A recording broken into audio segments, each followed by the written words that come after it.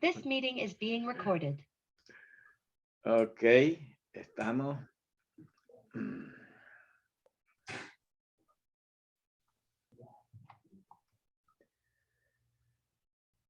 Hermana Luanda, llévenos en oración. Amén, amén. Gracias, Padre. Gracias, Señor, te damos por este día, Padre, el día que tú creaste, Señor, para que regocijemos en ella, Padre. Te damos gracias, Señor, por todo lo que tú has hecho por nosotros, por guardarnos en este día, Señor. Padre, venimos delante de ti, Padre Santo, primero que todo pidiéndote perdón, Padre, y pidiéndote, Señor, que tú abras nuestra mente, Señor, a esta lección de hoy, Padre. Que seas tú dándonos la sabiduría, que tú nos dejes el entendimiento, Padre, y que tú nos ayudes a retener lo que tú nos quieres enseñar en este día, Padre. En el nombre de Jesús te lo pedimos. Amén. Primero, pregunta. Jairo, ¿estás listo para explicar tu libro? Sí. Ok. ¿Y hermana Luanda? Sí. Hermana Luanda? Yes, sir. Are you ready? Yes, sir. I'm ready. Okay, more than ready. Ok, mi hermanito, Jairo. Listo. ¿En Okay. qué consiste el libro, en lo que leyó, la parte que leyó? Bueno, díganos.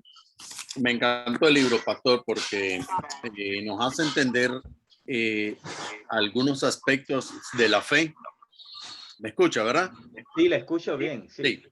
Algunos aspectos de la fe, cómo lo describe el autor, y estudiando y analizándolo en realidad en detalle, la descripción, cómo lo caracteriza él y cómo lo subdivide, me parece que está bastante real y exacto. Por ejemplo, la fe humana la describe de una manera bien descriptiva, o sea, bien exacta, como nosotros los humanos, inclusive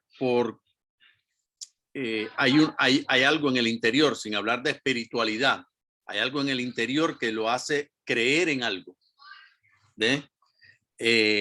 Inclusive cuando él divide ya cuando explica sobre la fe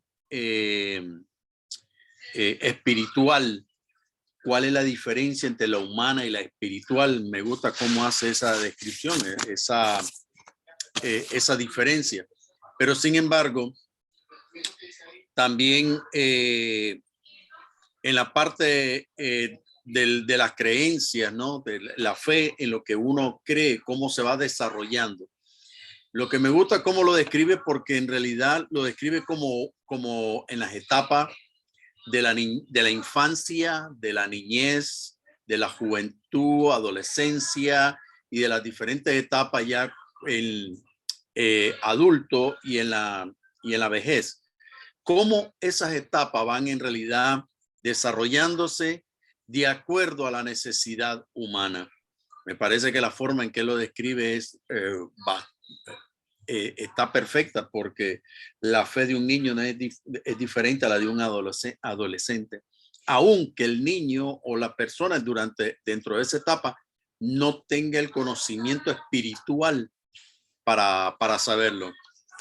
Inclusive yo hice unas notas aquí, como cuando entre las etapas de la fe humana se va desarrollando de acuerdo a las relaciones, o se va cumpliendo en las relaciones que nosotros tenemos, seres humanos, con personas, pues, y creamos imágenes en nuestra mente de personas a quien confiamos. Sí, sí, para aclarar, meramente quiero aclarar, usted leyó The Stages of Faces, correcto. y de Eric Erickson. Okay, sí. Correcto. Y cómo la fe ahí humana va en realidad desarrollándose de acuerdo a nuestras experiencias en el mundo. Y diferente ya la era espiritual, que aunque es, en mi parecer, es lo mismo. Lo que sucede que cuando no conocemos de lo espiritual, pues no sabemos describirlo y creemos que todo es humano, como decir, es la suerte, y no es suerte, es la gracia de Dios. Pero en la fe espiritual hace un énfasis en las etapas cuando nuestra fe es probada, diferente con las situaciones que pasan en nuestra vida, ya sea de salud o sea de cualquier problema y situación. Y tenemos ese conocimiento espiritual de que hay un ser divino, espiritual, que es el que nos ayuda. Ahora, él hace mención también de un par de personas o estudiosos también del tema, como es Richard Neuroth, que el Tillich, en las teorías que ellos crearon en referencia a lo que es la fe espiritual y humana. Y al igual que Wilfred, cuando describió también la fe espiritual, cómo la describe de una manera que nosotros vamos siendo los seres humanos como fortalecidos y creciendo en la fe de acuerdo a nuestras experiencias en la vida y situaciones. Pero tenemos el poder de creer o de no creerlo. Y me parece un libro muy bueno y bien práctico para, inclusive, no solo para ministrar, pero para enseñar también lo que es la parte esencial de la fe espiritual, en diferencia a la fe humana, porque aunque la describe la humana de casi la misma manera, pero en la parte humana no relaciona mucho la parte del o sea, el buscar como decir, la ayuda de Dios y creer en Dios. Simplemente habla de que uno mismo con sus condiciones humanas y las relaciones que uno va creyendo en esa persona o no cree de acuerdo a las experiencias que haya tenido con cada individuo. Sí, esto se da dentro de un contexto de la teología alemana, que digo alemana porque vamos a seguir tratando esta teología. Paul Tillich, hay otros teólogos, Reinhold Niebuhr, hay una serie de teólogos que están en esta época y ellos lo que quieren es legitimar la ciencia, el conocimiento, y desde un punto de vista humanista, diríamos, como diría otros que trataron el tema de la fe, James Fowler, que te escribe un libro completo de la fe, del desarrollo de la fe, sin tener que hablar de Dios, en el sentido de que como las relaciones, porque ellos lo que tampoco están descartando a Dios. James Fowler es un hombre de fe, pero ellos tratan de enfatizar en las relaciones, cómo ese niñito se nutre por la relación con la madre, luego con el padre, luego con los demás niñitos y luego con otros compañeros, cómo se relaciona con el mundo, su crecimiento en el mundo, las experiencias que va enfrentando. No es lo mismo el joven que es casi niño que el joven que es adolescente y ya está haciendo una transición a adulto. Son dos jóvenes, pero son diferentes. Y ellos explican eso. Y no es lo mismo un adulto joven que un adulto llegando ya a la vejez. O sea, porque entran dinámicas diferentes. Y uno, pues, ellos explican, él explica particularmente eso detalladamente. Ahora, como tú mencionas, la educación, esto es bien relevante en la educación. cómo nosotros vamos a tratar con las personas a diferentes niveles para formarlos en la iglesia, para discipularlos. Por eso no es que vamos a aprender esto porque tenemos que ser psicólogos. No es que usted es un pastor y va a encontrarse con niños, con jóvenes, con adultos, con envejecientes. ¿Cómo usted va a reaccionar con ellos? Pues usted tiene que saber las crisis y los retos que en cada edad se confronta. Y en eso es que se meten estos escritores, en detallar en cada edad, en cada etapa. Estos son los retos, estos son los logros y este sería el fracaso. Ellos te lo definen claramente así en diferentes tablas. Y es importante nosotros, si las personas que tratan con niños, saber cuáles son los retos de los niños, las personas que tratan con los adolescentes, saber cuáles son los retos de los adolescentes y de los adultos mayores y así. Gracias, hermanito. ¿Alguna pregunta para él de ustedes? Era el libro por Erickson Erickson, sí. y el título es El desarrollo humano, ¿o cuál era? Espérate, déjame estar seguro una cosa. Perdone que lo tenía en mudo y estaba hablando. Stages of Faith. Sí, O sea, etapas de la fe. Okay. las etapas de la fe. Tremendo libro, me encantó. La hermana Luz no pudo entrar. A ella le toca en español un libro parecido. No es titulado igual, pero es lo mismo. Las 8 etapas de la fe. Las 8 etapas de la fe en español, que yo se los di. Digamos, ella no pudo entrar, así es que vamos a dejarlo para luego. Ok, hermanita Luanda, dígame. Buenas tardes. Bueno, a mí me tocó Skinner. Okay. Mi libro. Ok, where did it go? Mi libro se llama Beyond Freedom and Dignity. Okay. De Skinner. Y lo que yo pude captar de este libro es que este libro habla mucho de resolver los problemas de este mundo, lo que está sucediendo ahora, usando mucho la tecnología y la ciencia. Lo que yo pude captar aquí es que ese afán de mejorar la situación, presente, la situación que estamos viviendo, cada vez que se presenta algo, ¿verdad? Buscarle una solución por medio de creando otra tecnología, buscar cómo la ciencia, avanzar la ciencia, ¿verdad? Y no vi nada aquí relacionado con Dios, creyendo en la creación del Señor, ni nada de eso. Lo que yo pude ver en las cuantas páginas que leí, que el hombre está más afanado en buscar lo suyo, buscar cómo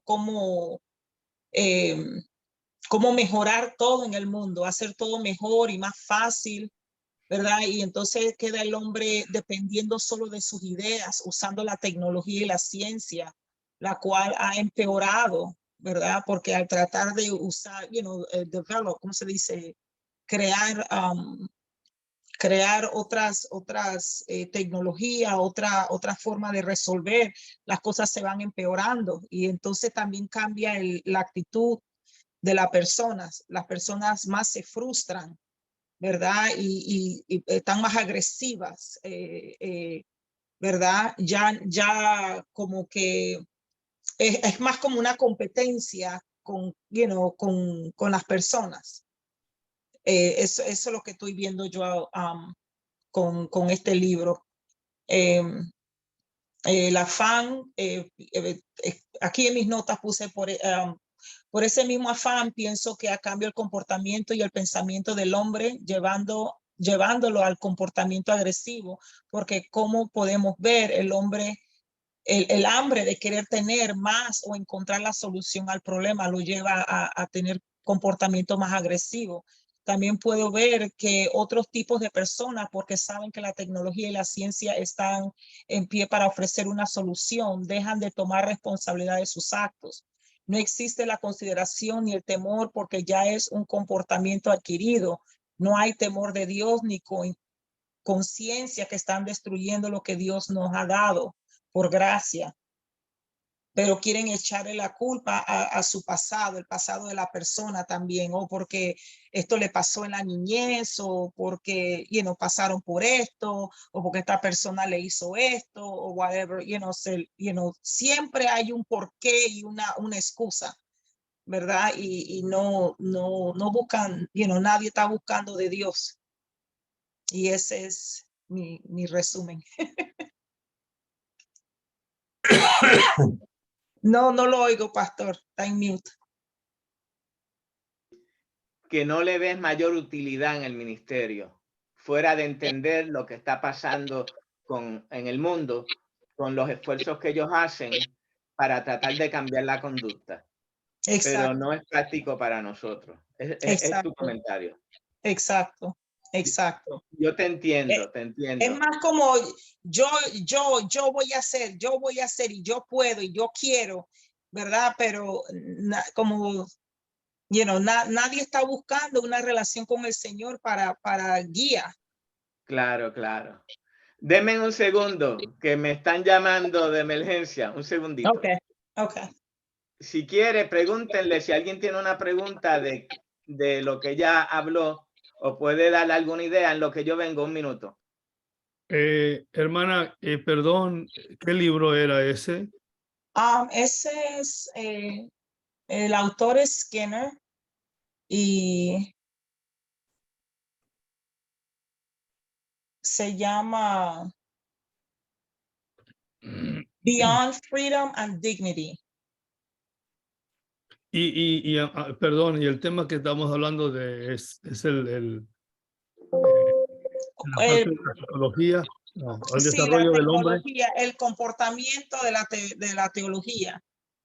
El comportamiento de la teología, como la ciencia y la teología básicamente ha cambiado la conducta del hombre, porque el hombre se ha enfocado en eso, en depender de todo lo nuevo que existe y tratar de mejorarlo, ¿verdad? Cada vez que surge una situación, mejorar el sistema, la tecnología, la ciencia para arreglar el problema, ¿verdad?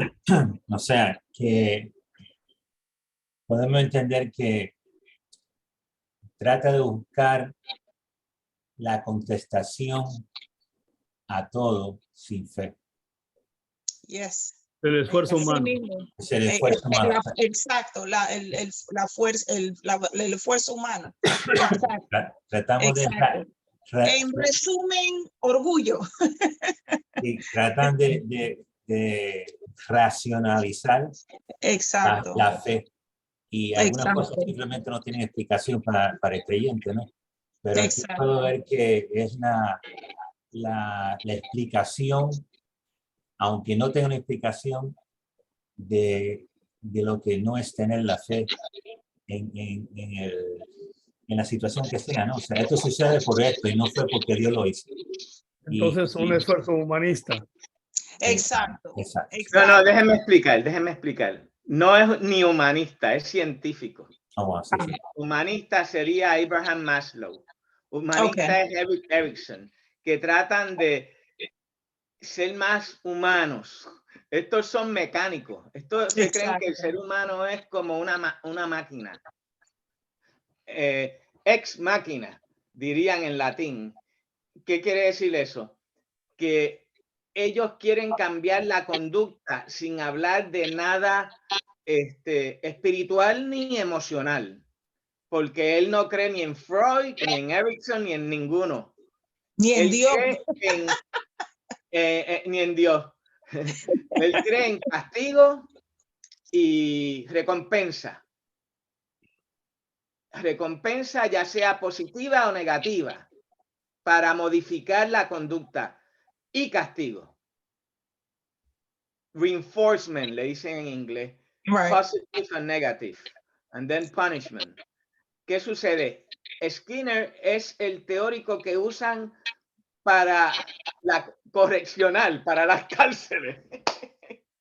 Wow. Es el teórico del sistema correccional.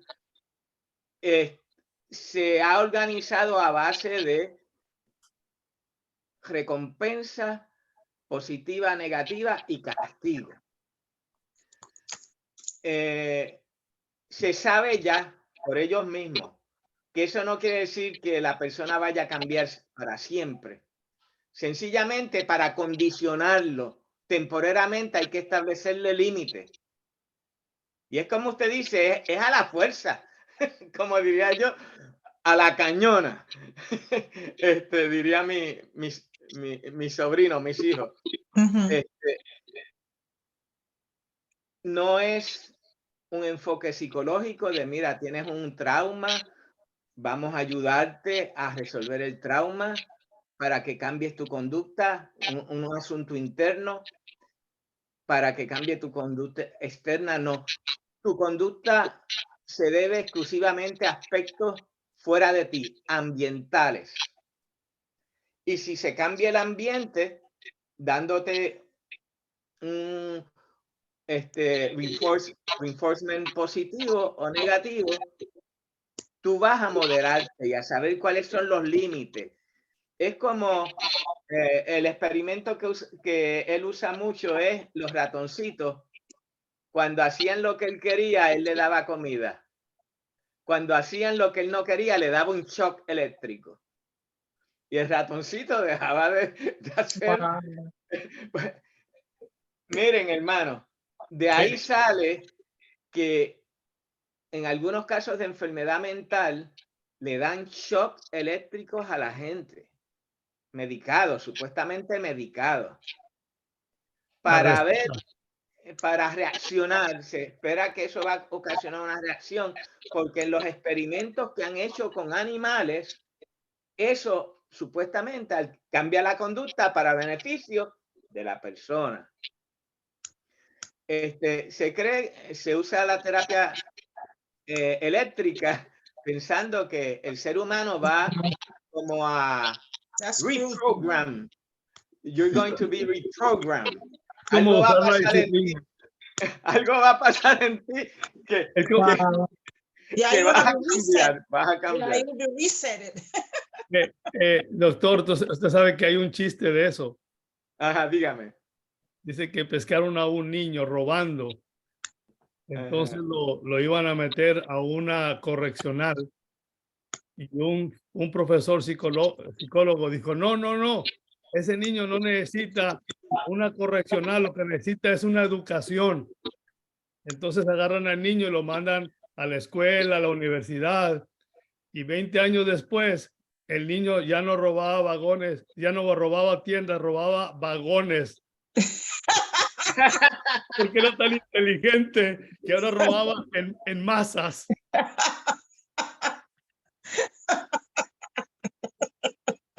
Bueno,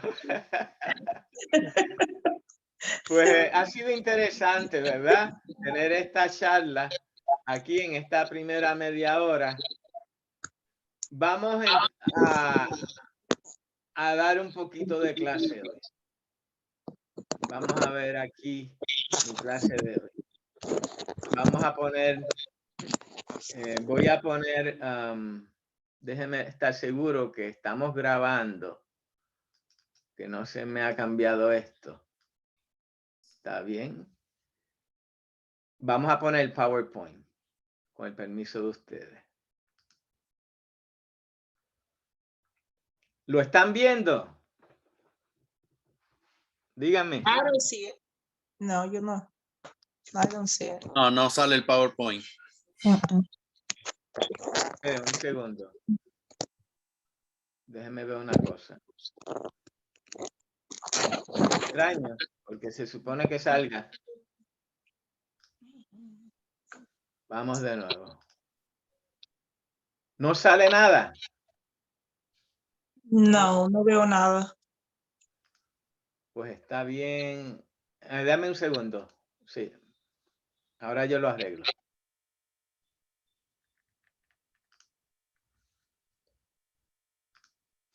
Hoy tuve una experiencia con una jovencita de 17 años que me dijo que ella no cree en Dios. Eso me trajo una tristeza en el alma. No me la puedo sacar de la cabeza. Wow. ¿Y qué usted hizo? Traté de hablarle, pero algo crazy happened cuando empecé a hablarle del Señor y de lo que Jesús hizo por ella en la cruz. Es un lugar donde yo voy y compro té de Herbalife, te preparan tu té y todo eso. Yo vengo oyendo ahí, mucho tiempo. Y nunca me ha pasado lo que me pasó hoy. Pero yendo a ese lugar, pude ver a la niña, ¿verdad? Que tiene, tú sabes, she's gay, ¿verdad? Y hace tiempo tenía en el corazón conversar con ella, ¿verdad? Conocerla un poquito. Pero siempre que voy el lugar está lleno. Y hoy que llego, qué casualidad, la niña está sola. Y quería hablar con ella. Ella me preparó el té y todo, ya tenía el té en la mano, yo me iba por la puerta y por dentro oí la voz, me dijo, Luanda, háblale. Y empecé a hablarle, preguntarle si ella se congrega. Ella me dice que, bueno, su mamá a veces se congrega, pero ella no es religiosa, y le pedí que me explicara su definición de religiosa. Y entonces me dijo, bueno, que, ella no se mezcla, ella no es cristiana y ella no, tú sabes, ella no es esto y lo otro. Y le digo yo, ¿tú crees en Dios? Me dice, yo creo en algo, I believe in something, pero no necesariamente en Dios. Y yo le digo a ella, cuando ella me dice eso, yo le digo a ella, ¿has leído la Biblia? Y me dice, sí, cuando yo era chiquita, yo leía la Biblia. Entonces yo le empecé a decir, bueno, tú lo que necesitas es alguien que se siente contigo y te explique, ¿verdad? Ciertas cosas, porque todo lo que tú necesitas saber está allí. Tú nada más necesitas a alguien que se siente contigo y te explique. Ustedes no me van a creer, yo empecé a hablarle de Jesús, que Jesús murió en la cruz por ella y todo. Ahora, este es un vaso de 32 onzas. Estaba lleno hasta el tope. Yo le estoy hablando de Jesús y cuando fui a coger el vaso, ni lo toqué, el vaso hizo pácata y todo el té se me botó. Y digo yo, diablo mentiroso. Se me botó todo el té hielo, como 95% del vaso. Se me botó todo, así de la nada. Se me botó. Pero yo le seguía hablando del Señor, pero el té se me botó todo. Tuve que ayudarla a limpiar the counter and everything, pero yo digo, ay, Dios mío, más grande es mi Dios, más grande que el que está en mí. Amén. Vamos a ver ahora si se ve esto. Ya, ahorita, ¿se ve? Sí, se ve. Perfecto. Ya estamos.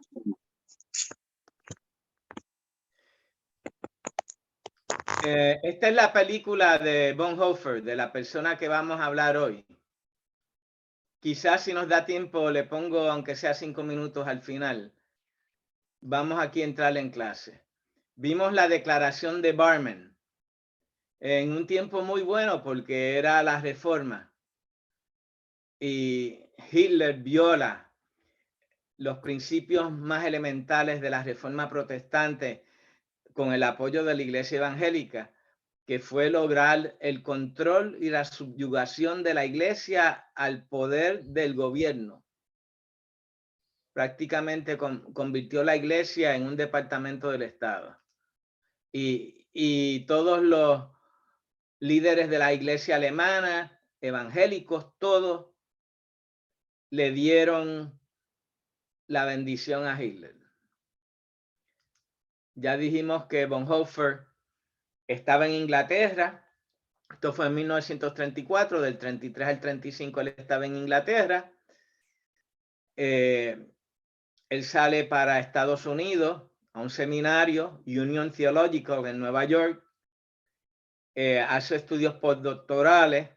Él le podía enseñar eso a los profesores de él, pero él fue tratando de evadir lo que estaba sucediendo en Alemania, ya que su familia estaba envuelta y eran gente del gobierno y no estaban de acuerdo con Hitler y tenían familiares judíos. Así es que vamos a ver en un momento dado, luego de que él se graduó en Nueva York, él decide volver a Alemania. Y en Alemania, él funda un seminario y se dedica a enseñar, a preparar ministros, así como estamos haciendo nosotros ahora. El seminario, él lo hace parte de la iglesia confesante. La iglesia confesante alemana es la que escribió la protesta, que es la verdadera iglesia protestante protestando contra Hitler. Y él habló con ellos y llegó a Alemania. Prácticamente es un seminario ilegal que es contra el gobierno. Eventualmente va a llegar el Gestapo, le va a cerrar el seminario y lo van a poner a él bajo supervisión de la Gestapo. Su familia eran disidentes, eran de la resistencia, estaban conspirando contra Hitler, si es posible para matarlo. Y por eso no quería Bonhoeffer regresar. Pero en los Estados Unidos, él aprende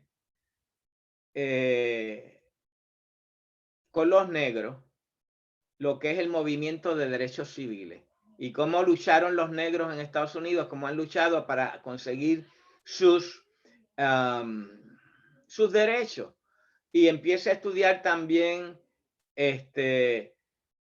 otras teologías donde él aprende que un cristiano puede protestar contra el Estado.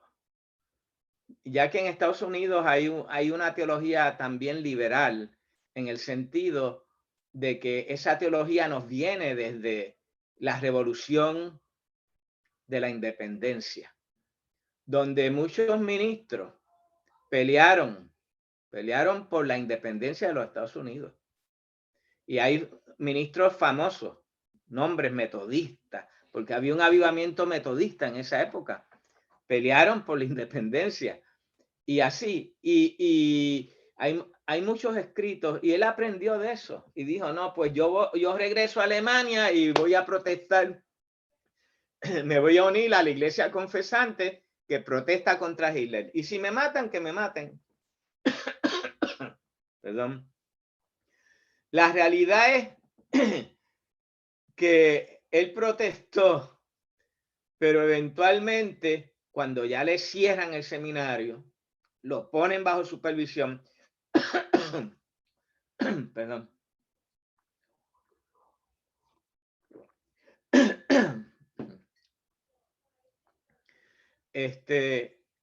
Él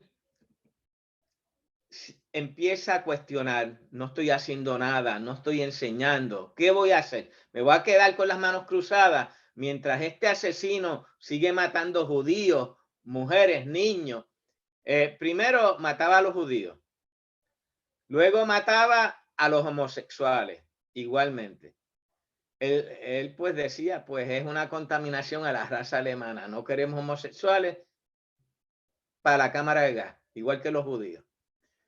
A los enfermos mentales, personas, ellos no perdían tiempo curándolo. Si es una persona con un defecto que no se puede sanar, es un defecto a nuestra raza y a nuestra genética. Vamos a exterminarlo. Ejecutaba a los disidentes políticos. Los disidentes políticos para el calabozo y a matarlo. Así resolvía sus problemas políticos, Hitler. Y finalmente los cristianos que se opusieron a Hitler, presos, y bajo supervisión, como estaba Bonhoeffer. Bonhoeffer no mataba ni una mosca. Él viene de allá de Estados Unidos, enseñado sí en acción social, pero en pacifismo también. A él le enseñaron mucha teología digamos, de Martin Luther King. Acción pacífica, no violenta. Él estudió allá a Gandhi, cómo los de India, liderados por Gandhi, lograron su independencia sin tener, por lo menos ese movimiento no se fue a las armas.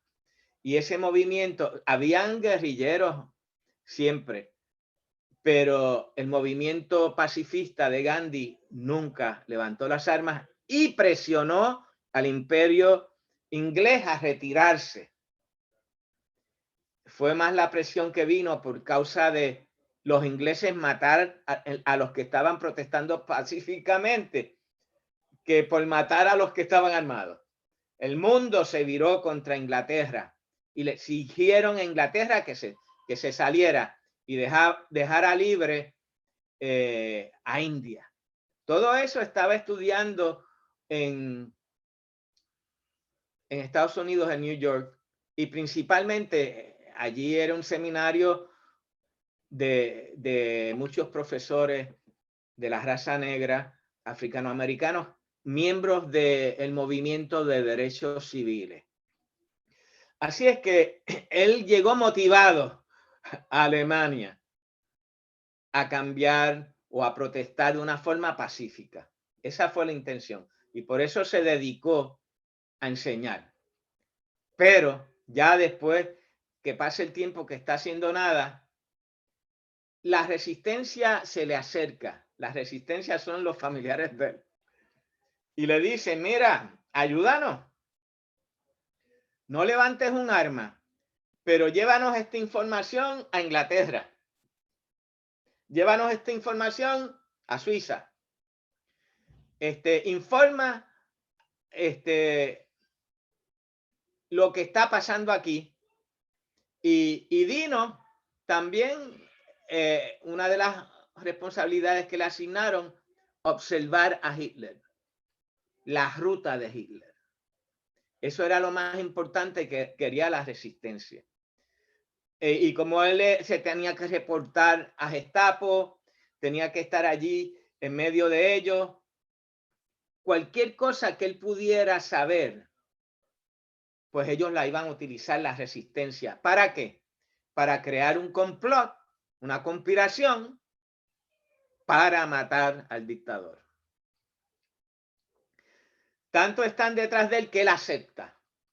Él acepta. Todo esto va a influenciar su ética social, su teología. Él dice que ¿qué va a hacer el cristiano en medio de un ambiente de asesinos?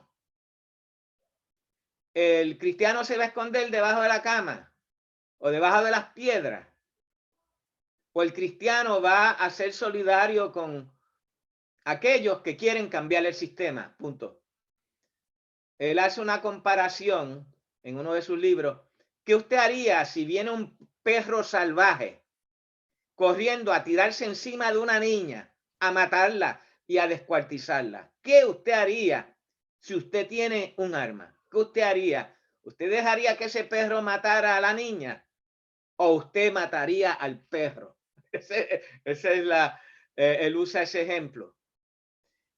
Y ahí y todo es que él está en un proceso, que él está viendo la crueldad del régimen de Hitler ya adentro de Alemania. Y que él no encontró la forma de decirle que no a la resistencia. Pero la resistencia no abusaba de él, no abusaba de su confianza, no lo ponían en situaciones de peligro, no tenía que cargar un arma.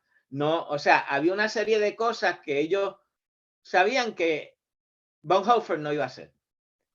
Pero constituirse en un espía de la resistencia? Sí. Y eso fue lo que él hizo. Eventualmente eso fue lo que él aceptó. ¿Qué sucede? Lo descubrieron. Lo descubrieron. Y ya entonces lo encarcelaron. Ya basta de, digamos, de reportarse meramente de un probation, de como si fuera una aprobación. Ahora es para adentro.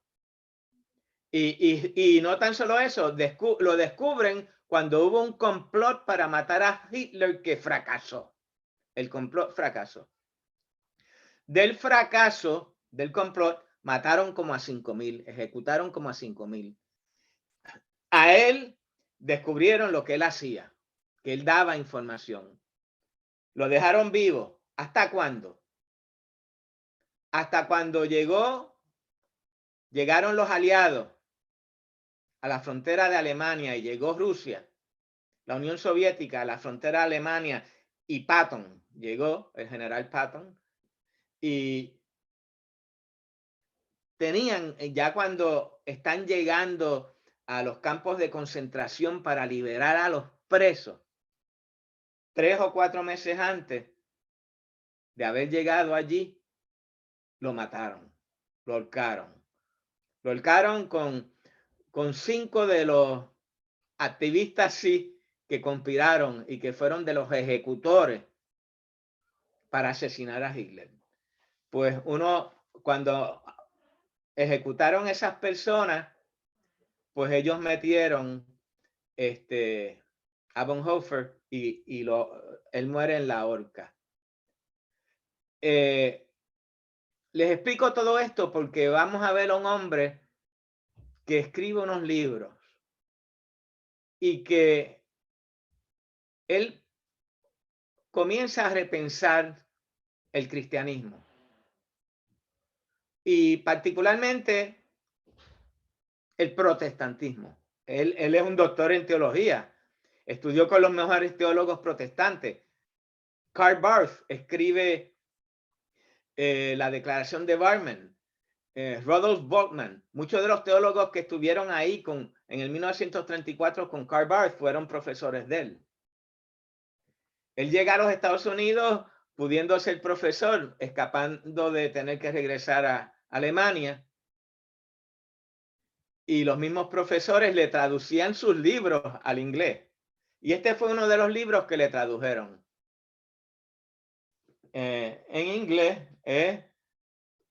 voy a cerrar el PowerPoint para enseñarles el libro en inglés. Este es el libro en inglés, The Cost of Discipleship. Yo tuve que leerlos en inglés porque mis profesores, Dale Brown ya falleció. El profesor Dale Brown, experto de la Real Academia de la Religión en los Estados Unidos en teología alemana. Y el que se escribió en inglés, en español, por ejemplo, no tiene lo mismo que este. Este es mucho más amplio. Y vamos a tratar de leer algunas porciones. Pero vamos a leer aquí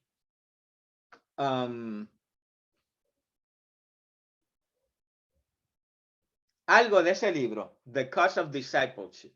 El precio de la gracia le ponen. Yo le pondría el costo del discipulado. Hoy vamos a leer un poquito porque es importante leer porciones para que usted capte. No le voy a explicar todo, pero quiero leer.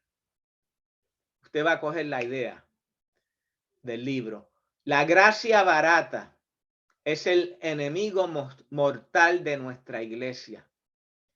Hoy la gracia barata es la gracia considerada como una mercancía. Combatimos en favor de la gracia cara. ¿Qué él quiere decir con esto? La gracia barata es la gracia que te dice que tú no tienes que hacer absolutamente nada para ser salvo. Salvo, siempre salvo. Tú crees y aunque te tires por el risco y hagas lo que te dé la gana, vas a ser salvo, punto. Pues como no vas a perder la salvación, nunca se puede perder, pues no hay responsabilidad del comportamiento de uno. Uno puede actuar como uno quiera y siempre y cuando uno se esconda debajo de esa gracia barata, gratis, porque es gratis, y tiene un sentido teológico, es gratis, sigue siendo gratis, pero por eso es lo que quiere destacar. No deja de tener el cristiano una responsabilidad de velar por su comportamiento y de responder a la realidad social que vivimos. Sigue diciendo que hay que liquidar. Él se declara en guerra contra la gracia barata, que es el evangelio sin responsabilidad. Es el perdón malbaratado, el consuelo malbaratado, el sacramento malbaratado. O sea, después que acuérdense que los luteranos eran sacramentales, igual que los católicos. Tenían menos sacramentos, tenían los católicos 5, 7 y ellos tenían 2 o 3, por ejemplo, pero uno de ellos era la Santa Cena. Tú bebes la Santa Cena y ya eres salvo, porque te santifica. Y después vuelve a pecar todo lo que te dé la gana y después vienes y tomas la Santa Cena. No. Es la gracia como almacén inagotable de la iglesia, de donde la toman unas manos inconsideradas para distribuirla sin vacilación ni límite. Es la gracia sin precio, que no cuesta nada, porque se dice que según la naturaleza misma de la gracia, la factura ha sido pagada de antemano para todos los tiempos. Claro, el énfasis en la obra de Cristo para obtener nuestra salvación, que ninguno de nosotros podía pagar el precio, tenía que ser Él. Pero vamos a empezar porque Él tuvo que pagar un precio.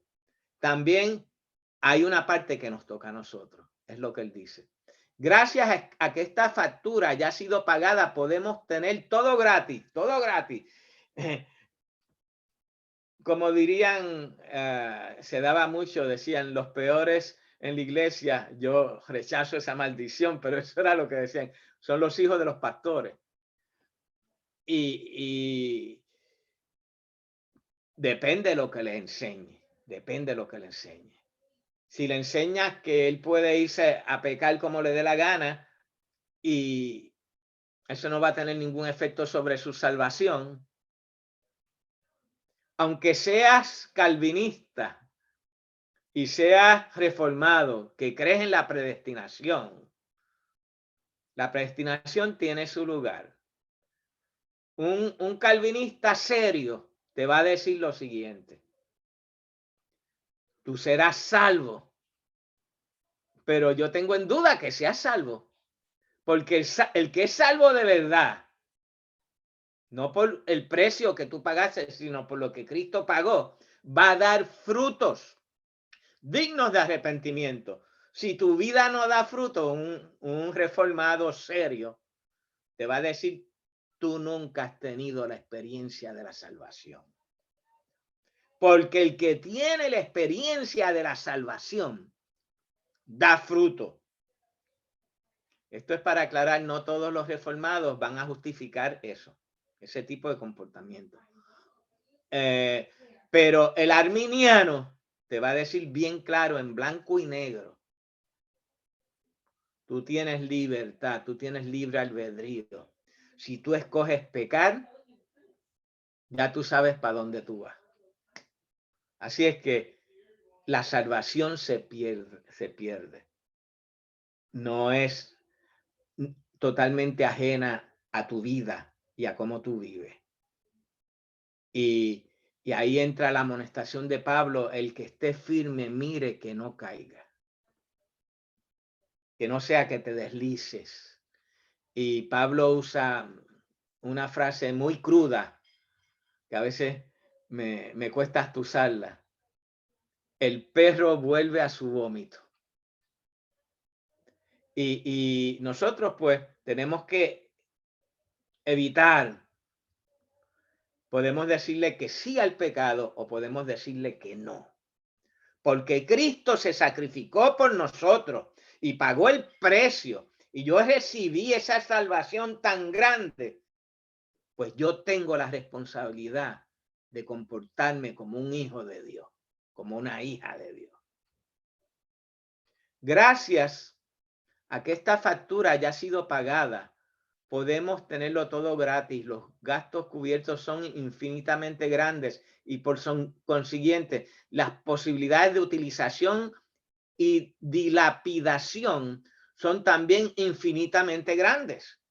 Por otra parte, ¿qué sería la gracia barata? Es la gracia como doctrina, como principio, como gracia que no fuese gracia barata.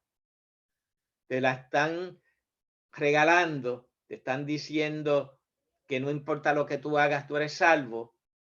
Pues entonces eso es lo que él llama, si eso no es una gracia barata, si eso no es una dilapidación, si eso no es algo falso, pues no sé qué será falso.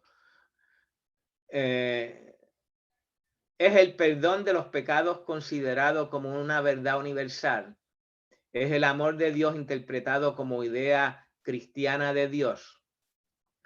Quien la afirma posee ya el perdón de sus pecados. La iglesia de esta doctrina da la gracia, participa ya que esta doctrina por su misma doctrina. O sea, tú eres salvo por una doctrina. No eres salvo ni por la fe. Eres salvo porque te dicen que si crees eres salvo. Pero ¿cómo vamos a saber si tú crees o no crees? Si te comportas como un impío. En esta iglesia el mundo encuentra un velo barato para cubrir sus pecados, de los que no se arrepiente y de los que no desea librarse. Por eso la gracia barata es la negación de la palabra viva de Dios. Es la negación de la encamación del verbo de Dios. La gracia barata es la justificación del pecado y no del pecador. Esto está bonito, como él lo dice. La gracia es la justificación del pecado. No para que sigas pecando, sino para salvar al pecador. Tus pecados son perdonados para que no sigas pecando, no para que sigas pecando. Puesto que la gracia lo hace todo por sí sola, las cosas deben quedar como antes. Todas nuestras obras son vanas. El mundo sigue siendo mundo y nosotros seguimos siendo pecadores, incluso cuando llevamos la mejor vida. Que el cristiano viva, pues. Vamos a ir a otro. Quiero saber qué reacción tienen ustedes a eso. Díganme. ¿Alguien tenga algún comentario de eso o alguna pregunta? Bueno, yo estoy manejando y yo tuve que agarrarme fuertemente del timón porque varias veces yo he tenido conversación con personas que creen exactamente eso, que salvo, siempre salvo. Al punto que no me dejan ni hablar, que hablan sobre mí, porque ellos de verdad creen que ya Cristo lo pagó todo en la cruz y ellos no tienen que hacer nada, ¿verdad? Pero a la misma vez su conducta, cómo tratan a otras personas, cómo hablan, todavía están en el mundo, todavía viven las cosas del mundo y de verdad piensan en su mente, en su corazón, en todo su ser, que todavía están salvos. Porque como una señora me dijo, ese es un regalo que no se pierde, ¿verdad? Y Dios mío, yo estoy aquí, quiero gritar, quiero saltar. Bueno, ¿alguien más tiene algún comentario? ¿Alguna pregunta? Sí, parece ser que MacArthur, que es un teólogo bautista muy famoso, él escribió un libro, no me recuerdo ahora su título, pero él estaba hablando de que mucha gente quiere aceptar a Jesús como Salvador porque quieren que Jesús los salve, pero renuncian a aceptar a Jesús como su Señor porque no quieren ser gobernados por él. Y MacArthur escribe este libro e inmediatamente reacciona porque no reacciona, sino que escribe defensivamente porque sabe que él está haciendo un argumento en contra del calvinismo, siendo él calvinista. Porque eso es lo que sucede con esa posición calvinista, que quieren que Jesús los salve, que Jesús les garantice la eternidad en el cielo, pero no quieren vivir una vida en obediencia a Jesús como sujetos a su señorío. Entonces, es bueno que nosotros sepamos cómo vamos a predicar el evangelio, no solamente de Jesús como nuestro Salvador, sino de Jesús como nuestro Señor. Y yo creo que eso es lo que Ben Hoffer estaba diciendo, en eso que es una gracia barata, aceptar solamente la salvación, pero no están dispuestos a someterse al señorío de Jesucristo. Sí, el calvinista, pues para defenderse diría que pues el que no se comporta como cristiano es que nunca fue salvo. Eso es lo que va a decir. Para insistir que la gracia no se pierde.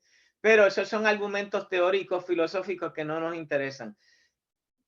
Como usted dice, MacArthur tuvo que llegar al bottom line. ¿Voy a seguir con la vida de impío o voy a cambiar? Y eso es una decisión de uno. Sí. Y ahí es que viene la responsabilidad. Sí. Estaba teniendo algo que quería compartir. Sí, cuando yo estaba leyendo un libro en cómo responder a diferentes religiones, y algo que aprendí de ese libro, no recuerdo ahora su título, pero que cada teología tiene su defensa y que uno tiene que entender la defensa de ellos hacia el argumento de ellos, pero que nosotros tengamos consciente cuál es la posición nuestra, y que no nos debemos turbar cuando alguien hace unos argumentos basados a la posición de ellos. Y eso es un poco de, ¿cómo se llama la ciencia esa de corregir teología? No me recuerdo. Pero Apologética. Apologética, gracias. Entonces yo creo que nosotros como estudiantes necesitamos saber y entender que muchas personas van a hacer su argumento, por ejemplo, si son católicos, su argumento dentro de esa plataforma católica. Si son testigos de Jehová, ellos van a hacer el argumento desde esta plataforma, y igualmente con los calvinistas. Entonces nosotros tenemos que saber cuál es nuestra posición teológica pentecostés, a menos que haya estudiantes en este grupo que vienen de otras organizaciones. Ellos también necesitan saber cuál es la plataforma de ellos para que ellos puedan defender su teología dentro de su contexto de su posición teológica, ¿no? Pero cuando yo viajé a Texas, todos eran bautistas, pocos pentecostales, y eran como nos querían devorar. Sí, ellos sí, querían... déjame hacer un comentario. Mi función es entrenarlos a ustedes y que ustedes sepan cuál es el argumento del otro y tengan herramientas, como usted dice, para poder... Aquí tienen un teólogo alemán, protestante. Él está aclarando puntos que tienen que ver con la gracia. Y el sobreénfasis que se ha hecho sobre la gracia, lo que él llama correctamente la gracia barata. Es tan barata que tú no tienes que tener responsabilidad alguna. Pues eso está mal, eso no existe. Porque entonces el evangelio no tiene ningún efecto en la vida del ser humano, mucho menos en la vida de las familias, mucho menos en la vida de las comunidades, mucho menos en la vida del mundo. Punto. Y el evangelio es transformador y exige responsabilidad. Pero sí me gusta siempre recordarles, porque yo soy profesor de historia, acuérdese, y de teología histórica. Es siempre bueno. Imagínense, MacArthur, que es más calvinista que él, hay que mandarlo a hacer. Y llega a ese punto y no sabe qué hacer y lo dejó y siguió caminando. Pero yo quiero también recordarles que yo les enseñé esto en su curso de historia, la posición de Agustín de Hipona. Está la posición, y de ahí es que Lutero no es calvinista. Vamos a ser claros. El protestantismo de Bonhoeffer es luterano. Y básicamente la diferencia es que Lutero y San Agustín, como le llaman los católicos, Agustín de Hipona, va a decir, porque la Biblia menciona el vocablo predestinación. Fuimos predestinados para ser hechos hijos de Dios. Así lo dice la Biblia. No dice Samuel Pagán fue predestinado para ser hecho hijo de Dios. Dice fuimos como iglesia. Hay muchas cosas que se refieren en la palabra de Dios para el cristianismo, para la iglesia, para el creyente en general. Y el problema es que cuando usan esos versículos para individualizarlos, ahí es que se ponen no calvinistas, hipercalvinistas, que es el mismo Armenio no negó la predestinación. Armenio, que es el autor de la tesis metodista pentecostal que creemos nosotros. Él no rechazó la predestinación. Ahora, ¿cómo se explica la predestinación? Es diferente a los calvinistas. Porque la predestinación son eventos de la historia del cristianismo que Dios determinó. Él determinó que Cristo iba a venir. Punto, y vino. ¿Cómo, cuándo y dónde? Y quién le iba a recibir, quién no le iba a recibir. Se predestinó que iba a predicar, que iba a traer buenas nuevas, que iba a libertar a los cautivos, que iba a ir a la cruz, que iba a ser crucificado. Todo eso está en profecía, en diferentes partes. En ningún lugar de la Biblia dice que Samuel Pagán fue predestinado por Cristo para ser hecho hijo de Dios. Eso son interpretaciones nuestras. Ahora, sí, aquellos que caigamos bajo la sombrilla de nosotros participar de la salvación del Señor por nuestra fe y nuestra vida, pues entonces viene algo sobrenatural que es obra de Dios y Dios nos va a llevar a hacer las cosas que Él quiera que hagamos, porque no vivimos para nosotros, vivimos para nuestro Señor. El Señor Él fue como uno de nosotros, pero venció el pecado, la muerte, todo, y fue hecho Señor, sumo sacerdote según el orden de Melquisedec, intercesor, abogado, Señor, Dios nuestro, punto. Porque ese era el lugar que a él le pertenecía desde el principio.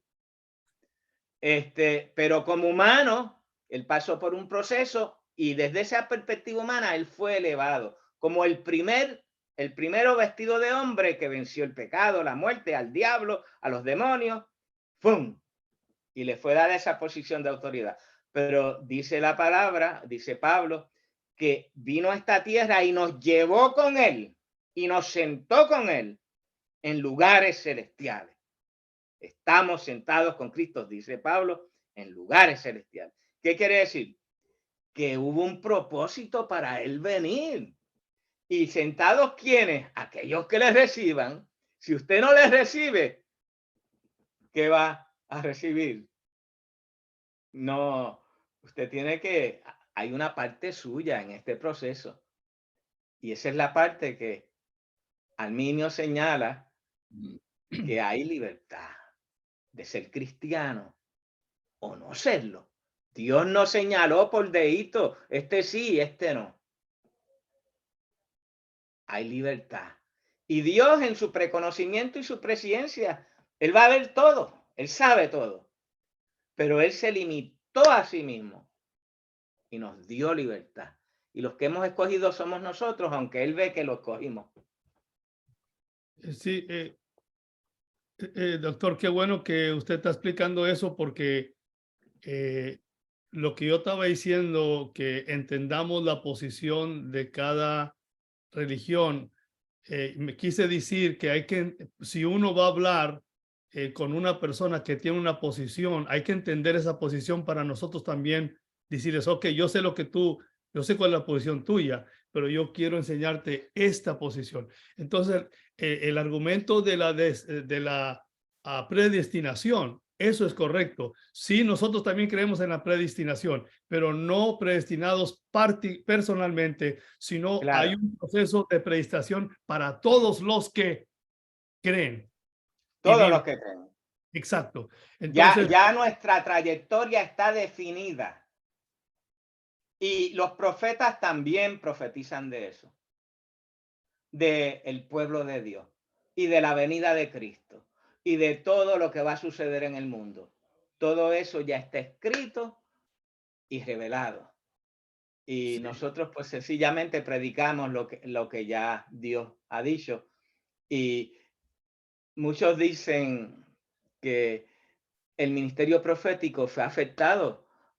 No es el mismo en el Nuevo Testamento que en el Antiguo Testamento, porque en el Antiguo Testamento aún Cristo estaba por venir.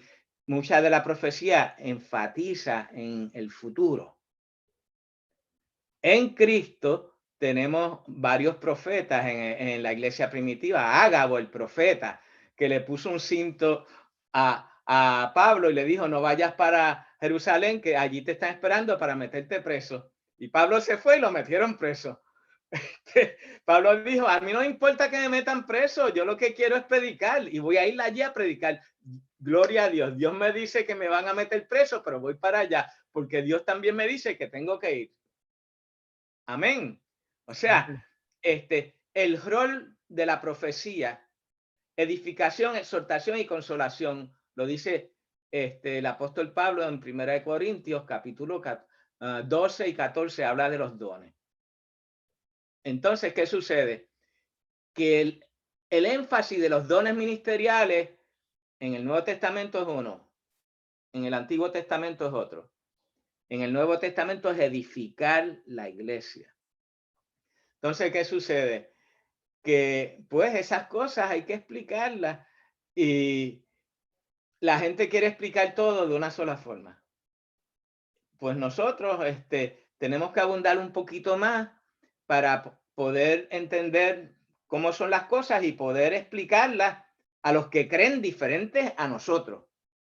exacto. Porque si usted no conoce el argumento del otro, ¿cómo le vas a explicar? Exacto.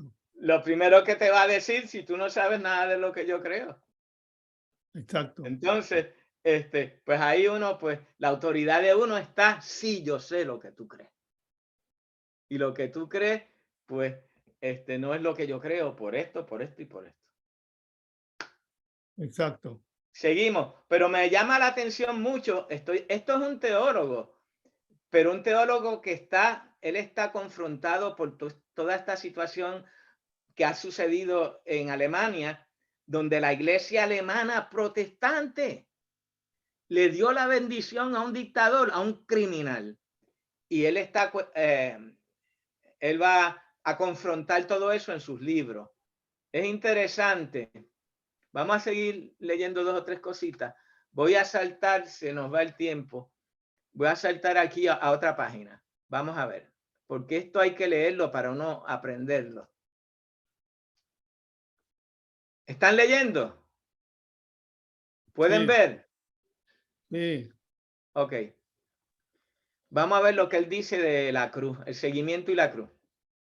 Y comenzó a enseñarles que el Hijo del Hombre debía sufrir mucho y ser reprobado por los ancianos, los sumos sacerdotes y los escribas, ser condenado a muerte y resucitar a los 3 días. Hablaba de esto abiertamente. Entonces Pedro, tomándole aparte, se puso a reprenderle. Pero él, volviéndose y mirando a sus discípulos, reprendió a Pedro diciéndole, quita de mi vista, Satanás, porque tus pensamientos no son los de Dios, sino los de los hombres. llamando a la gente a la vez que a sus discípulos les dijo, si alguno quiere venir en pos de mí, niéguese a sí mismo, tome su cruz y sígame. Está volviendo a resaltar que hay una responsabilidad nuestra. Hay un precio que pagar. La cruz, Cristo llevó su cruz hasta la muerte. Nosotros tenemos que llevar la nuestra. Sigue diciendo, tome su cruz y sígame. No es sin cruz. No es porque Cristo ya pagó, ya no hay que ser responsable, ya no hay responsabilidad, ya no hay disciplina, ya no hay seriedad. Porque quien quiera salvar su vida, está hablando de salvación, la perderá. Tiene que entregarse por completo al Señor, por completo. Es una entrega completa, no es una entrega nada más que de un área. Ok, Señor, yo te voy a dar esta área de mi vida, pero no te voy a dar esta otra área. Un señorío, un señorío. La palabra Señor quiere decir amo, dueño, autoridad máxima, autoridad absoluta. Jesucristo es nuestro Señor. Pero ¿quién puede dar al hombre a cambio de su alma? Porque quién sabe, aquí hay unos errores que tienen que ver con la traducción y de dónde copié esto, pues los saltamos. Sino como el caso más corriente. En efecto, no preguntan en la gloria de su Padre con los santos ángeles. Anuncio de la pasión de Jesús. Jesucristo debe sufrir y ser rechazado. Su vida por mí, por el evangelio, la salvará. Pues de qué le... Oh, aquí hay partes que me está... Vamos a saltar acá abajo. La llamada al seguimiento se encuentra aquí en relación con el anuncio de la pasión de Cristo. Jesucristo debe sufrir y debe ser rechazado. Él es el imperativo de la promesa de Dios para que se cumpla la escritura. Sufrir y ser rechazado no es lo mismo. Jesús podía ser la piedad y toda la admiración del mundo. Su carácter trágico. Pero Jesús es el Cristo rechazado en el dolor. Cristo glorificado en el sufrimiento. El dolor podría provocar... Esto está incompleto. Vamos a hacer algo. Vamos a leer del libro. Voy a estar leyendo del libro. Para eso voy a poner el libro. Y con eso vamos a acabar este libro. Vamos a buscar aquí. Ok. Déjame...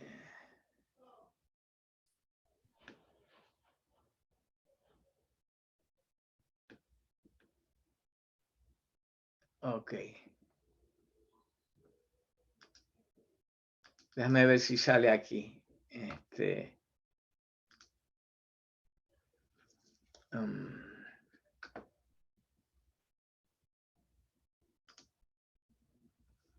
Estoy tratando de que el libro les salga.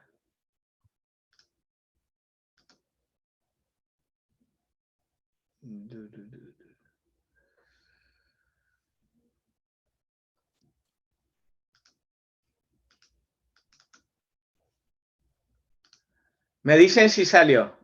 Sí, ¿Sí? sí. Aleluya. Gloria Sí, a Dios. salió. Aleluya. Esto es lo que quería.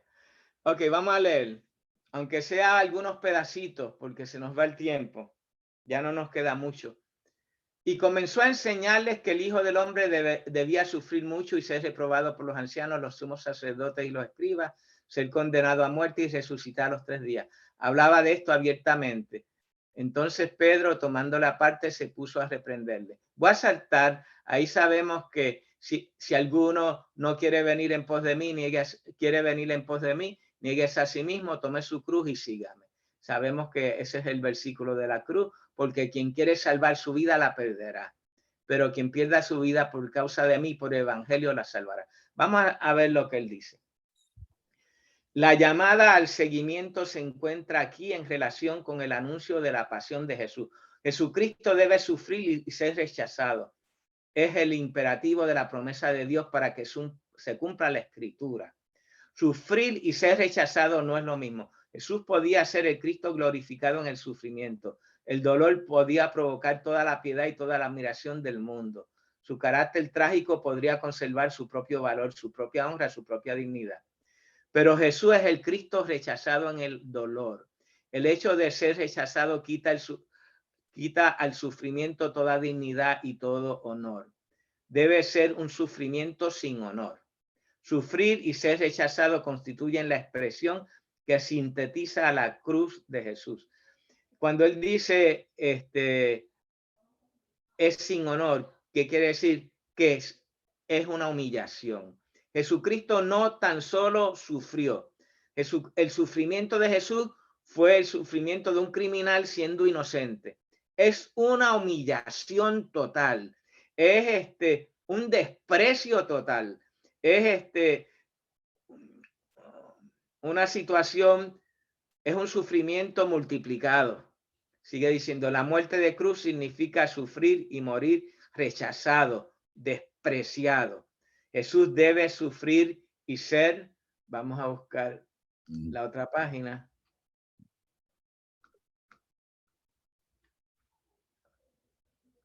Hay que ir por página, pero vamos poquito a poco. Ser rechazado por necesidad divina. Todo intento de obstaculizar esta necesidad es satánico. Es lo que está tratando de resaltar. Es que, ¿qué es la cruz? ¿Qué es la cruz? La cruz es sufrimiento y es humillación. No, y ahí va a saltar, si eso fue la cruz para Cristo, ¿qué es la cruz para nosotros? Lo mismo.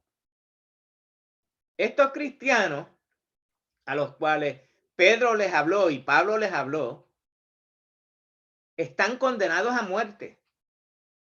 Están siendo buscados por los judíos y por los romanos. Viene la dispersión del cristianismo por el mundo. Por eso fue que se regó tan rápido. Comunidades completas fueron por todo el mundo. Y luego los apóstoles pudieron seguir de comunidad en comunidad abriendo iglesias. Dios se glorificó en medio del sufrimiento y la humillación. Fueron declarados todos los cristianos por 312 años hasta el edicto de la tolerancia de Constantino. Y hay un edicto anterior del 311, pero no cubre todo el imperio. Es el edicto de Constantino el que cubre todo el imperio y elimina, tratar a los cristianos como criminales. Éramos criminales, prófugos de la justicia. El hecho de que sea Pedro, piedra de la iglesia, quien resulte culpable inmediatamente después de su confesión de Jesucristo y de ser investido por él, prueba que desde el principio la iglesia se ha escandalizado del Cristo sufriente. No quiere a tal Señor. Él está diciendo, la iglesia lo que quiere es un Cristo fácil. Tú vas a la iglesia, levantas la mano y se acabó. Y claro, él está hablando, la iglesia a la cual él perteneció en Alemania, está hablando de los evangélicos alemanes. Nosotros enseñamos más que eso.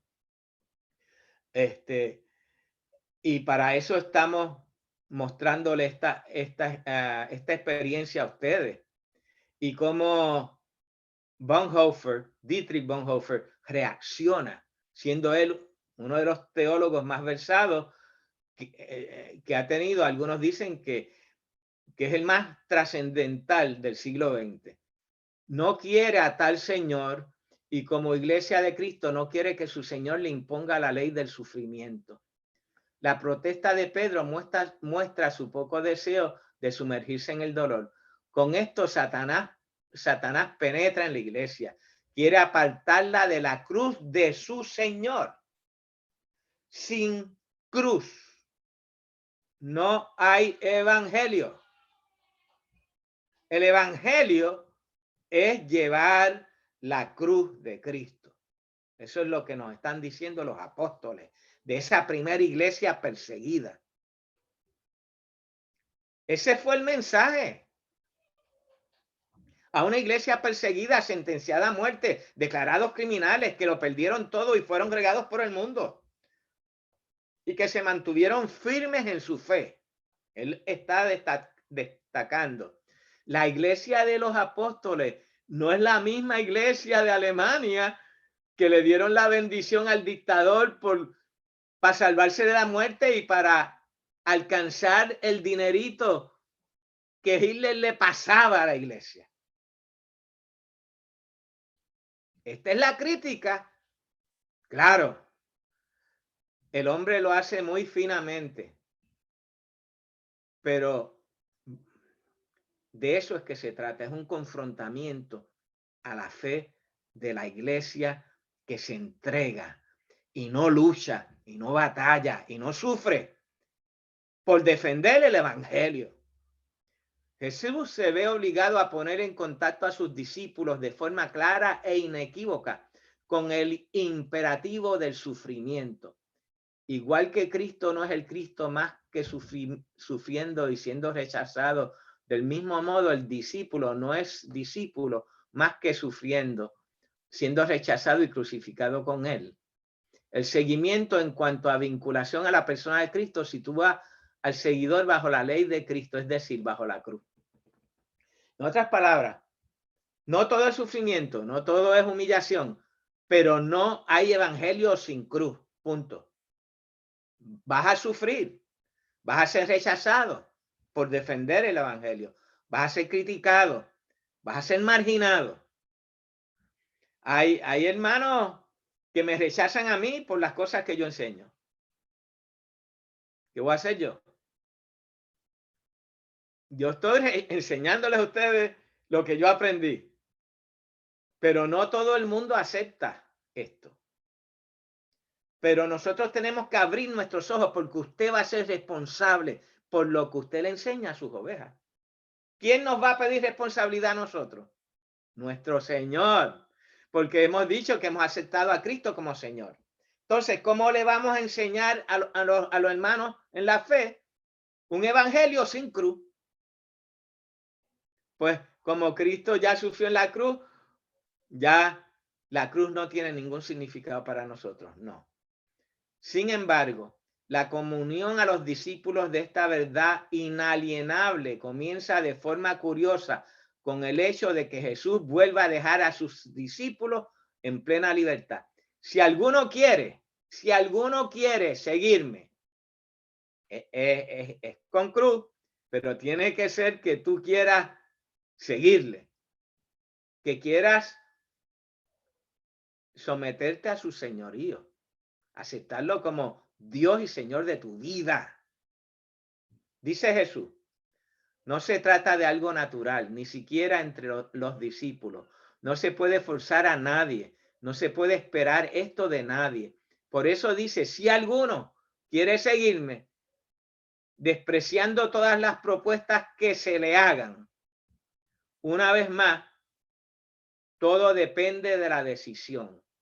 En medio del seguimiento en que viven los discípulos, todo vuelve a quedar en blanco, en vilo, como al principio. Nada se espera, nada se impone. Tan radical es lo que ya ahora va a decirse. Así, una vez más, antes de que sea anunciada la ley del seguimiento, los discípulos deben sentirse completamente libres. Esto es lo que hay. El evangelio conlleva llevar la cruz de Cristo. Si usted no quiere, amén. Nadie le va a obligar. Dios no le va a obligar. Ni antes de la creación de todas las cosas, ni ahora. Usted tiene que tomar su decisión. Porque usted es responsable de su propia vida delante de Dios. Dios te muestra el camino. Dios te va a hablar. Dios se va a comunicar contigo. Dios te va a amar. Siendo pecador, te va a buscar. Él te va a buscar. El Espíritu Santo nos busca a nosotros. Nos convence de pecado y de maldad. Y nos revela al Señor. Ahora, nos ilumina. para que entendamos el mundo espiritual estando en nuestros delitos y pecados. Nos ilumina. Eso es lo que diría San Agustín y los luteranos, Lutero. El Espíritu Santo, hasta ahí está Dios iluminándote. Sobrenaturalmente, porque eres esclavo del pecado y para Dios te tiene, el Espíritu Santo te va a revelar a Cristo gratis, sí. Y lo va a hacer Él mismo, a pesar de tu pecado y a pesar de tú no querer a Cristo. Te va a revelar a Cristo. Entonces, cuando tú eres iluminado de forma sobrenatural, entonces eres tú quien escoges seguirle o no seguirle. Ahí Dios te iluminó y tu voluntad esclava al pecado ahora es liberada. Y tú eres libre en tu voluntad para seguir a Cristo, si tú quieres. Interesante. Voy a seguir leyendo 2 o 3 cosas más. Ya estamos llegando al final, pero estos escritos de Bonhoeffer son bien importantes. En el día de hoy, esto es lo más importante dentro de la iglesia, dentro de la pastoral nuestra. Y con los cambios que está habiendo en el mundo y las crisis que está habiendo en el mundo, tenemos que prepararnos para un mundo en crisis. No siempre va a ser tan fácil como lo hemos tenido hasta ahora.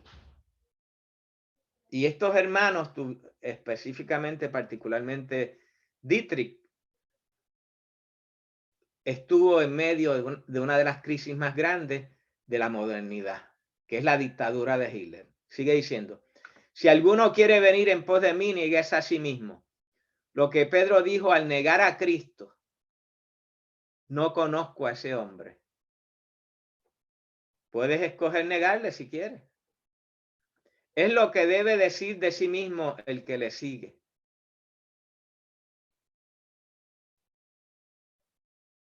Una vez más, todo depende de la decisión. Se me salió del lugar.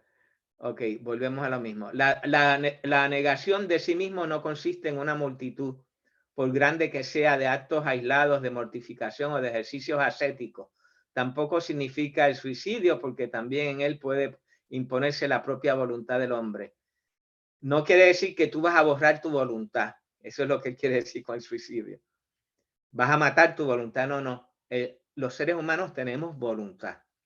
Dios no te quita la libertad. Negarse a sí mismo es conocer solo a Cristo, no a uno mismo. Negarme al pecado, negarme a la maldad, negarme a irme por el camino que no es. Significa fijarnos solo en aquel que nos precede, no en el camino que nos resulta tan difícil. De nuevo, la negación de sí mismo se expresa con las palabras: Él va adelante, mantente firme, unido a Él.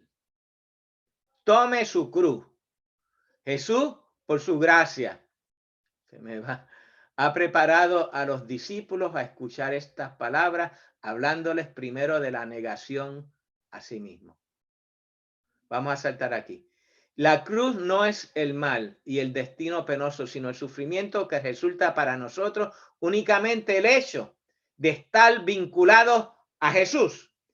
Eso es lo que identifica que eres salvo. Eso es lo que da testimonio. Esos son los frutos del Espíritu. Aquel que acepta la disciplina de Dios para su vida y está dispuesto a aceptar el sufrimiento que haya que sufrir por causa del Evangelio. La cruz no es sufrimiento fortuito, sino necesario. La cruz es un sufrimiento vinculado no a la existencia natural, sino al hecho de ser cristiano. La cruz no es solo y esencialmente sufrimiento, sino sufrir y ser rechazado. Y estrictamente se trata de ser rechazado por amor a Jesucristo, y no a causa de cualquier otra conducta o de cualquier otra confesión de fe. No es por doctrina que debemos ser rechazados, sino por nuestra dedicación y entrega total al Evangelio. Un cristiano que no toma en serio el seguimiento, que ha hecho del Evangelio solo un consuelo barato de la fe, Vuelvo con lo barato de la fe, porque ahí es que la gente se justifica. No, es que yo soy cristiano, ya Cristo hizo la obra, ya, ahora yo voy a hacer lo que me da la gana. Y para el que la existencia natural y la cristiana se entremezclan indistintamente, entiende la cruz como un mal cotidiano, como la miseria y el miedo de nuestra vida natural. Muchos hoy enseñan que todo es prosperidad y prosperidad y prosperidad. Amén. Dios nos prospera y nos bendice con toda bendición espiritual en lugares celestiales. Todo tipo de bendición Dios nos da. Porque nos bendijo ya con todas las bendiciones en lugares celestiales, dice el apóstol Pablo. Todo es nuestro. Pero esa no es la idea. Estamos en la historia de la humanidad. Estamos dando testimonio al mundo de quién es Cristo, para que el mundo conozca a Cristo. Entonces Dios va a permitir, Dios te lo dio todo, pero Dios va a permitir que pasemos por experiencias difíciles de la vida para que Cristo pueda brillar en medio de esas experiencias al mundo a través de usted y de mí. Aunque el mundo no entienda, va a ver a Cristo en ti. Y Dios, el Espíritu Santo, el mismo Espíritu Santo que te llevó a ti a Cristo, los va a llevar a ellos a Cristo. Vamos allá.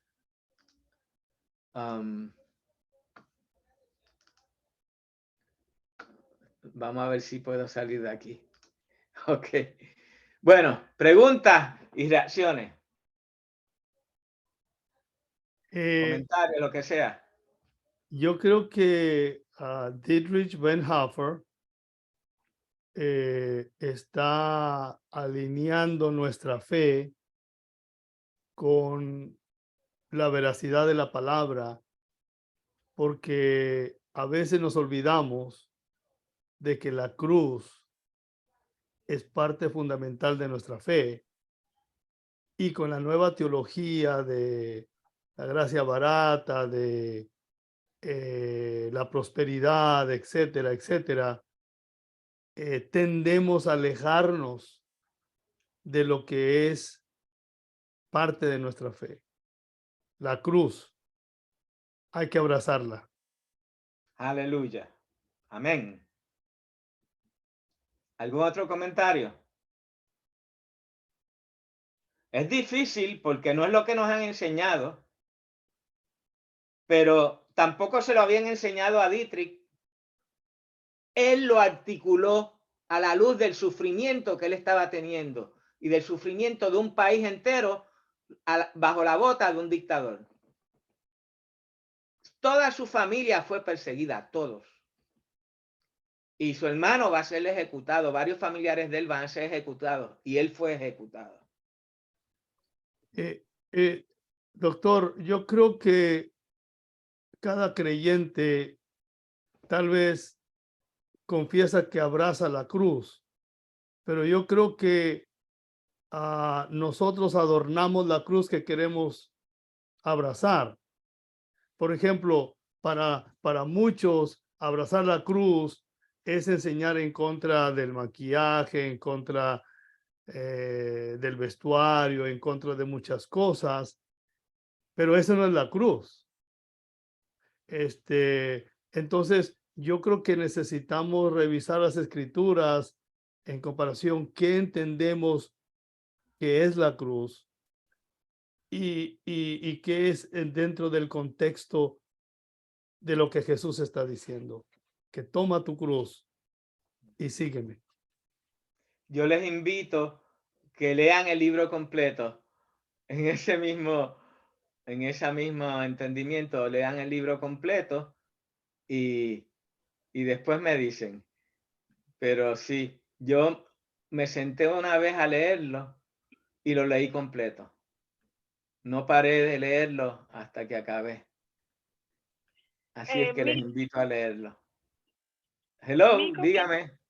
Mi comentario en esto es que sí, está bien, como el hermano estaba diciendo, escuchar las opiniones de otra persona, qué es lo que lo llevan a esa conclusión y todo esto. Ok, está bien. Pero uno los lleva a la palabra, a la misma palabra, y tampoco, ni la misma palabra los convence. Y entonces, para mí es ya como que, when they just want to get away with their stuff, cuando, ¿cómo puedo explicar eso? Excusar su pecado, excusar su conducta. Sí, ¿verdad? lo que pasa es que eso es obra del Espíritu Santo. Ajá. Nosotros somos instrumentos, pero el que da convicción de cuando uno está mal a una persona es el Espíritu Santo.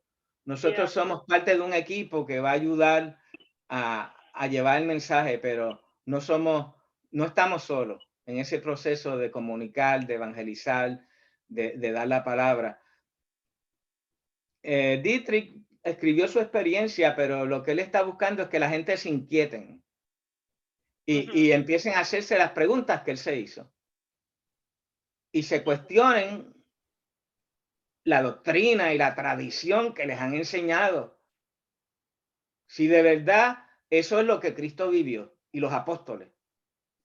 Para mí hace un buen trabajo, pero cada cual tiene su propia experiencia, cada cual tiene su propio contexto, cada cual tiene sus propias circunstancias y tan solo es el Espíritu Santo quien nos va a enseñar y nos va a formar. Pero aprendemos de las experiencias de otros. Eso me recuerda cuando salimos a evangelizar y siempre decimos que la palabra de Dios nunca regresa vacía. Dice la palabra, que su palabra, never comes back. Claro, claro, porque Dios la toma y la convierte en fruto. Ajá.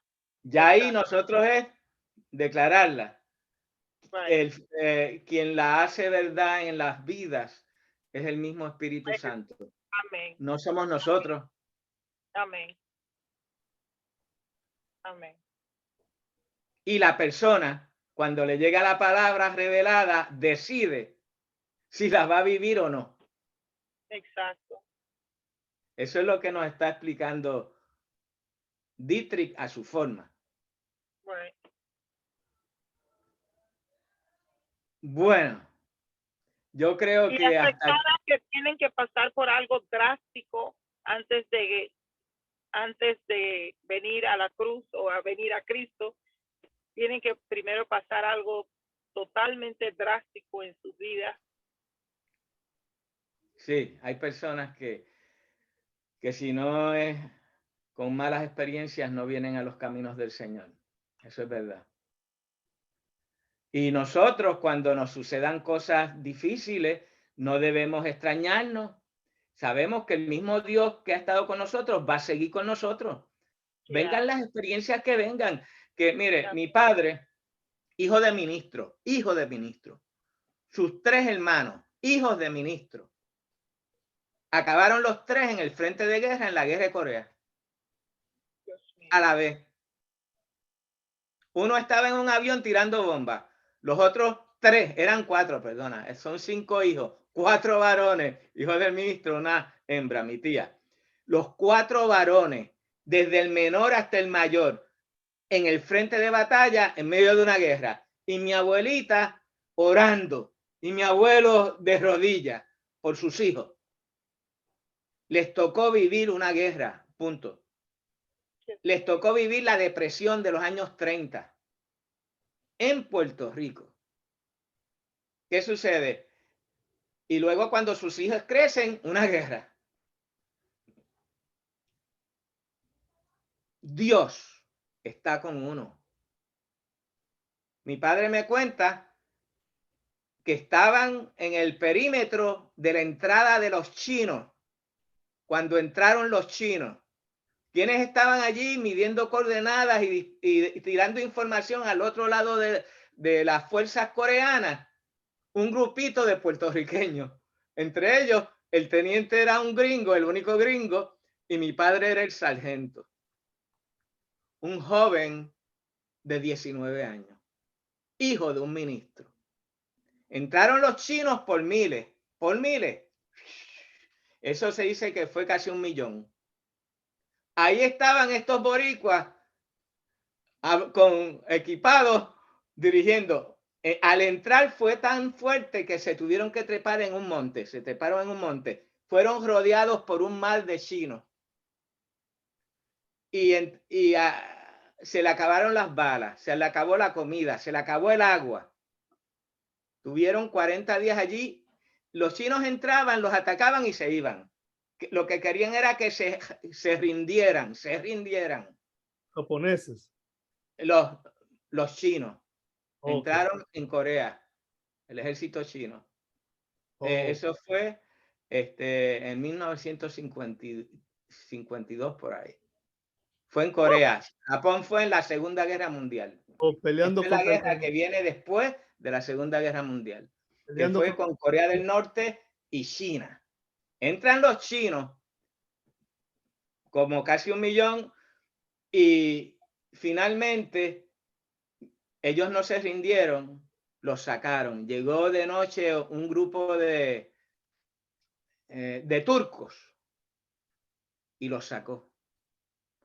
Y cuando se les acabó todo, mi padre les dijo, mira, yo soy hijo de un ministro, al capitán, que era un gringo, y a los demás, boricuas, vamos a doblarnos de rodillas y vamos a orar. No hay balas, no hay comida. La técnica de chino es lograr un rendimiento como un símbolo de humillación.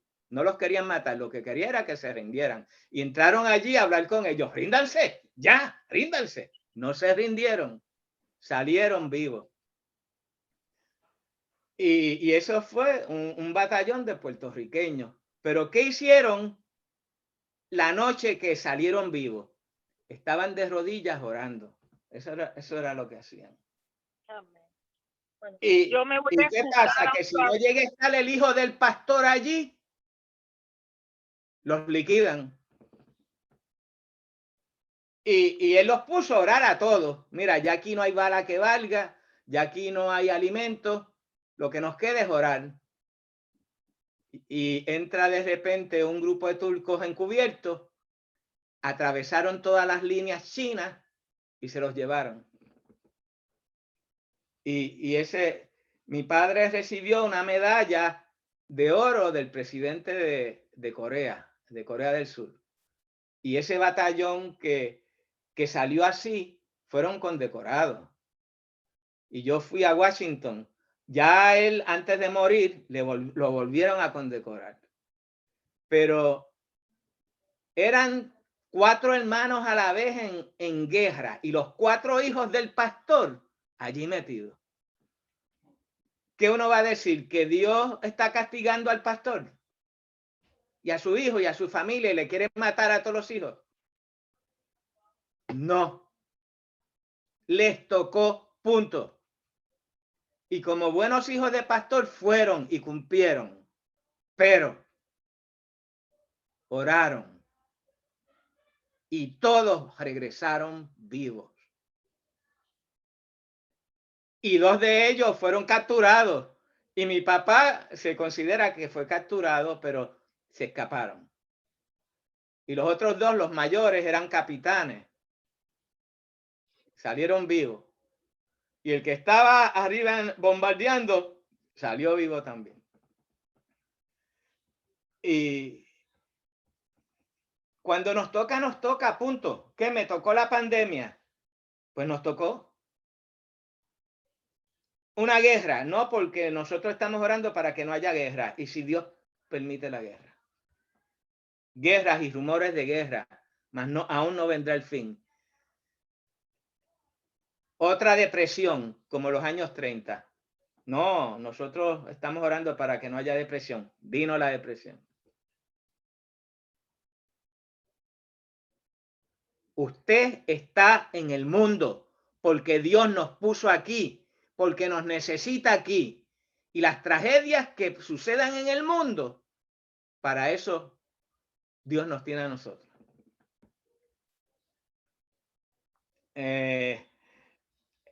El gobierno tiene a FEMA.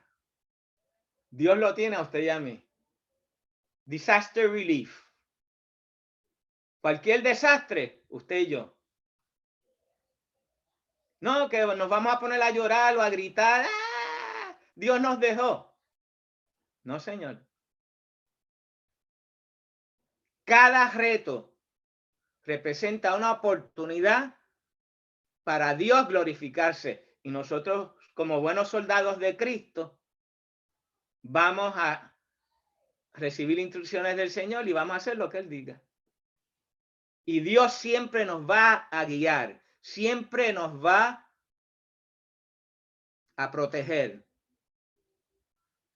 siempre va a estar con nosotros.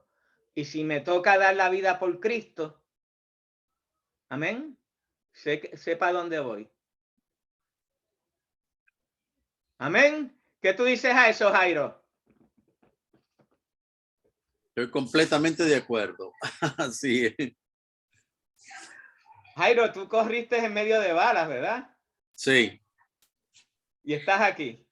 Y estoy aquí por pura misericordia de Dios. Nosotros, básicamente, una bomba cayó en la casa 5 minutos cuando mi papá decidió que saliéramos de la casa. Y salimos con todos mis hermanos y todo, y escuchamos la gran explosión y todo. Vaya, eso, las balas pasaban. Viví, como le digo, el Salmo 91, esto, que miles caerán a tu lado, 10,000 a tu lado. Yo los miraba caer y se escuchaban las balas pasar porque las escuchábamos. ¡Pim, pim, y mirábamos la gente que iba alrededor de nosotros, una gran cantidad de gente, y cómo caía la gente baleada. Eso. Pero Dios te tiene aquí, ¿verdad? ¿Ah? Predicando el evangelio. Y El Señor te ahora. tiene. Ahora. Pero Dios te guardó. Así es, nos tocó vivir la guerra. Adelante. Pues yo creo que ya está bien por hoy. Ya hablamos bastante de guerra. Nos toca ética. Vamos a estar cubriendo ética en la próxima. Amén. Está ahí. Bonhoeffer va a ir a la cárcel y escribe otro libro que lo tienen ustedes. Prisoner of God. Prisionero de Dios. Ese libro es extraordinario. Es extraordinario. Lo que él escribe en la cárcel tiene una trascendencia increíble. Vamos a ver esas cosas, ¿ok? Dios les bendiga. Saludos. Y hasta la próxima. Amén. Bendiciones. Buenas noches a todos. Bye bye. Ok.